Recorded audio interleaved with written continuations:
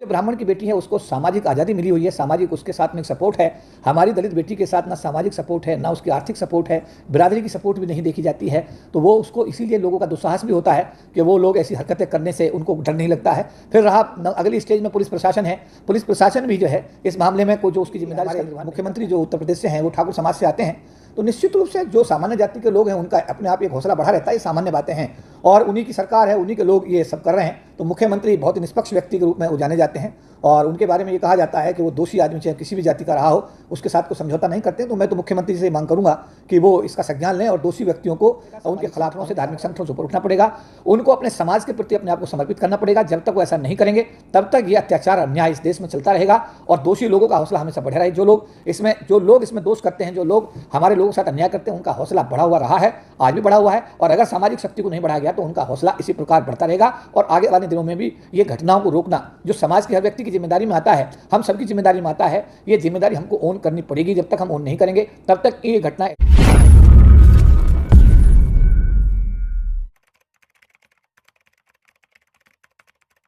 और घटना हुई जो कि दलित बेटी के साथ राम मंदिर परिसर में गैंगरेप हुआ है।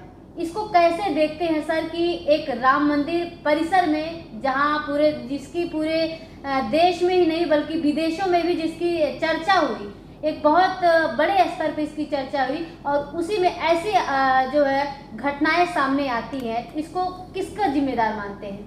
देखिए, निश्चित रूप से ये जो दूषित मानसिकता है SC/ST के प्रति और हमारे समाज की जो एकता एकजुटता, ये हमारे समाज की जो एकता और एकजुटता है वो उसका विखंडन जब होता है और जब हम लोग आपस में बढ़ते हैं तो हम अपनी सामाजिक शक्ति को जब खोते हैं।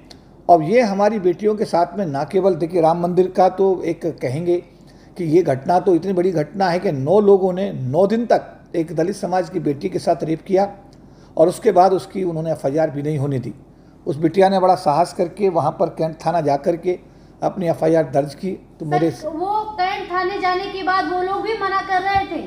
हाँ, वो मैं यही कह रहा हूँ कि जो संवैधानिक अधिकार हैं, कोई किसी के साथ रेप नहीं कर सकता, कोई आदमी किसी को थाने जाने से रोक नहीं सकता, लेकिन उसके बावजूद भी वहाँ पर ये सारी चीज़ें की गई हैं। तो ये निंदनीय भी है और इसमें हम उत्तर प्रदेश की सरकार से ये मांग भी करते हैं कि तुरंत, मुझे संज्ञान में आया तो 4 लोगों को अरेस्ट किया गया, बाकी 5 आदमी भी खुले घूम रहे हैं। उन लोगों को त्वरित कार्रवाई की जाए, उन लोगों को कानून के दायरे में ला करके उनको जेल भेजा जाए और जो हमारी बिटिया के साथ ये अन्याय अत्याचार हुआ उसके साथ न्याय किया जाए। सर, वो तो BA करती हुई लड़की, यानी कि देखा जाए दलित समाज की जो बेटी BA कर रही है, उसको क्या जरूरत है कि जो माता पिता एक मंदिर के अंदर उसे सफाई करने के लिए भेज देते हैं? देखिए, ये पारिवारिक परिस्थिति पर निर्भर करता है। कोई भी आदमी स्वेच्छा से तो ऐसा नहीं करना चाहता, लेकिन उस बिटिया की पारिवारिक परिस्थिति, क्योंकि हमारे समाज की पूरे देश में जो सामाजिक आर्थिक स्थिति है वो बेहद खराब है। सामाजिक रूप में तो हम लोग कमज़ोर हैं ही। सर, स्थिति की बात जैसे आपने की कि घर की स्थिति खराब थी, लेकिन देखा जाए अगर ब्राह्मण की बेटी है वो अपनी बेटी को बड़ा सेफली घर में ही रखते हैं। अगर देखा या कोई भी दिक्कत होती है तो माँ बाप हम एक ब्राह्मण की बेटी को अपने अनुसूचित जाति जनजाति समाज की बेटी के साथ में तुलना इसलिए नहीं कर सकते कि वो जो ब्राह्मण की बेटी है उसको सामाजिक आज़ादी मिली हुई है, सामाजिक उसके साथ में सपोर्ट है। हमारी दलित बेटी के साथ ना सामाजिक सपोर्ट है, ना उसकी आर्थिक सपोर्ट है, बिरादरी की सपोर्ट भी नहीं देखी जाती है। तो वो उसको इसीलिए लोगों का दुस्साहस भी होता है कि वो लोग ऐसी हरकतें करने से उनको डर नहीं लगता है। फिर रहा अगली स्टेज में पुलिस प्रशासन है। पुलिस प्रशासन भी जो है इस मामले में कोई जो उसकी जिम्मेदारी उसका निर्वहन नहीं करता है। तो देश का जो ओवरऑल वातावरण है वो देश के गरीबों के हक में बिल्कुल भी नहीं है, विशेष रूप से अनुसूचित जाति जनजाति समाज के हक में तो बिल्कुल नहीं है। ऐसी स्थिति में मैं तो अपने समाज को यही आह्वान करूँगा, मैं तो सबसे ये निवेदन करूँगा कि आप सबके, एक डॉक्टर अम्बेडकर कहकर गए, भाई शिक्षित बनो, संगठित रहो और संघर्ष करो।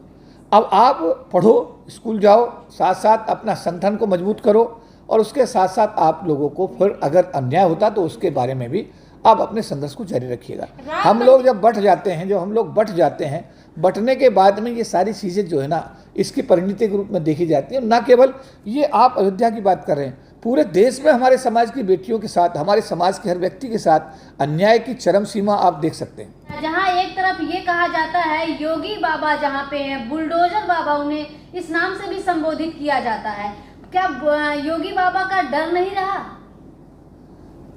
देखिए, इस बात को समझिए, जब मायावती जी मुख्यमंत्री बनती हैं तो ऑटोमेटिकली अनुसूचित जाति समाज के लोग, जनजाति समाज के लोगों में एक कॉन्फिडेंस लेवल ऑटोमेटिकली बढ़ जाता है कि हमारे समाज की जो बेटी है वो आज हमारे प्रदेश की मुखिया बनी हुई है। ठीक है, आज के डेट के अंदर क्योंकि हमारे मुख्यमंत्री जो उत्तर प्रदेश से हैं वो ठाकुर समाज से आते हैं, तो निश्चित रूप से जो सामान्य जाति के लोग हैं उनका अपने आप एक हौसला बढ़ा रहता है। ये सामान्य बातें हैं और उन्हीं की सरकार है, उन्हीं के लोग ये सब कर रहे हैं। तो मुख्यमंत्री बहुत ही निष्पक्ष व्यक्ति के रूप में वो जाने जाते हैं और उनके बारे में ये कहा जाता है कि वो दोषी आदमी चाहे किसी भी जाति का रहा हो उसके साथ कोई समझौता नहीं करते। तो मैं तो मुख्यमंत्री से मांग करूँगा कि वो इसका संज्ञान लें और दोषी व्यक्तियों को उनके खिलाफ कानूनी कार्रवाई करके जो भी मतलब उनको सज़ा हो सकती है उसको दिलाने में जल्दी से जल्दी, अगर मान लिया इसमें वो अपनी जिम्मेदारी निभाएंगे तो निश्चित रूप से वो धन्यवाद के पात्र होंगे। सवाल ये है कि जो अगर दलित बेटी है उसको स्ट्रीम मीडिया पर नहीं दिखाया जाता कि दलित बेटी के साथ ये बलात्कार हुआ या राम मंदिर के अंदर हुआ।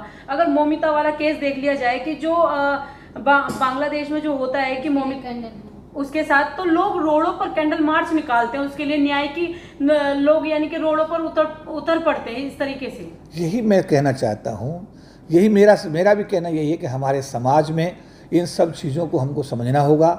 समाज की बेटी चाहे वो बंगाल की हो, चाहे वो आपके राम मंदिर में सफाई कर रही हो, चाहे वो तमिलनाडु से हो, वो समाज की बेटी है, एससी समाज की बेटी है। लेकिन वो भारत की नहीं, मैं वही मेरा ये कहना है कि वो जो बेटी है वो भारत की बेटी है, वो भारत की बेटी है। लेकिन इस देश का जातिवादी सिस्टम उसको भारत की बेटी नहीं मानता, उसको दलित की बेटी मानता है। यही कारण है कि वो दलित की बेटी समझकर उसके साथ रेप भी करता है और कई बार उसकी हत्या करके नहीं उसको पेड़ पर टांग देता है और पुलिस अधिकारी आकर के उसको सुसाइड केस बना करके फाइल को बंद कर देते हैं। तो पूरा का पूरा देश का सिस्टम जो है वो अनुसूचित जाति जनजाति समाज के, तो मैं कहूँगा कि 100% खिलाफ है। ऐसे समय में अपने समाज के अधिकारों की रक्षा के लिए एक एक आम को और एक एक खास को आगे आना पड़ेगा। सभी दलों के जो लोग हैं, सभी पार्टियों के जो लोग हैं, सभी संगठनों के जो लोग हैं जो दलित समाज से जुड़े हुए हैं, उन सब लोगों को पार्टी लाइन से ऊपर उठना पड़ेगा, सामाजिक संगठनों से, धार्मिक संगठनों से ऊपर उठना पड़ेगा। उनको अपने समाज के प्रति अपने आप को समर्पित करना पड़ेगा। जब तक वो ऐसा नहीं करेंगे तब तक ये अत्याचार अन्याय इस देश में चलता रहेगा और दोषी लोगों का हौसला हमेशा बढ़े रहे। जो लोग इसमें दोष करते हैं, जो लोग हमारे लोगों के साथ अन्याय करते हैं, उनका हौसला बढ़ा हुआ रहा है, आज भी बढ़ा हुआ है और अगर सामाजिक शक्ति को नहीं बढ़ाया गया तो उनका हौसला इसी प्रकार बढ़ता रहेगा। और आगे वाले दिनों में भी ये घटनाओं को रोकना जो समाज के हर व्यक्ति की जिम्मेदारी में आता है, हम सबकी जिम्मेदारी में आता है, ये जिम्मेदारी हमको ओन करनी पड़ेगी। जब तक हम ओन नहीं करेंगे तब तक ये घटनाएं ऐसी होती रहेंगी। सर, ऐसी जब घटनाएं होती हैं तो कैंडल मार्च किया जाता है, उस पर बयानबाजी होती है, मीडिया में भी कभी कभी ज़्यादा हाईलाइट हो जाता है, सभी नेता हों चाहे सामाजिक कार्यकर्ता हों, सभी लोग अपनी अपनी बातें रखते, लेकिन आखिर ऐसा कब तक होता रहेगा? एक समय के बाद लोग चुप हो जाते, इस पर कोई कार्रवाई नहीं होती, फिर न्यायालय के भरोसे सौंप दिया जाता है। देखिए, मैं यही कहना चाहता हूँ कि ये प्रक्रिया जिसका हम जिक्र कर रहे हैं, प्रक्रिया यही है कि इसका समाधान जिस तरीके से वेस्ट बंगाल के अंदर हुआ, वहाँ पर उस बिटिया के लिए सारा देश में हाहाकार मच गया और ये वो बिटिया सामान्य समाज से थी, ये बिटिया अनुसूचित जाति समाज से है, इसलिए इसकी कोई आवाज़ नहीं है। इवन जो समाज अनुसूचित जाति समाज है वो भी इस आवाज़ को उठा नहीं रहा है। तो ये हम सबकी, ये हमारी एक कमज़ोरी और हमारी गलती के रूप में भी इसे देखा जा सकता है। हम सब लोगों को इस चीज़ को गंभीरता से लेना चाहिए। अगर सामान्य जाति के लोग अपनी बेटियों की रक्षा के लिए बंगाल को बंद कर देते हैं, पूरे देश में हाहाकार मचा देते हैं, तो हमें भी अपने अधिकारों के लिए अनुसूचित जाति जनजाति समाज के लोगों को एकजुट होकर के ऐसे अत्याचारों के खिलाफ हमको अपनी आवाज़ बुलंद करनी चाहिए, जिससे कि ये अत्याचार करने की कोई हिमाकत आने वाले समय में ना कर सके। सर, एक आखिरी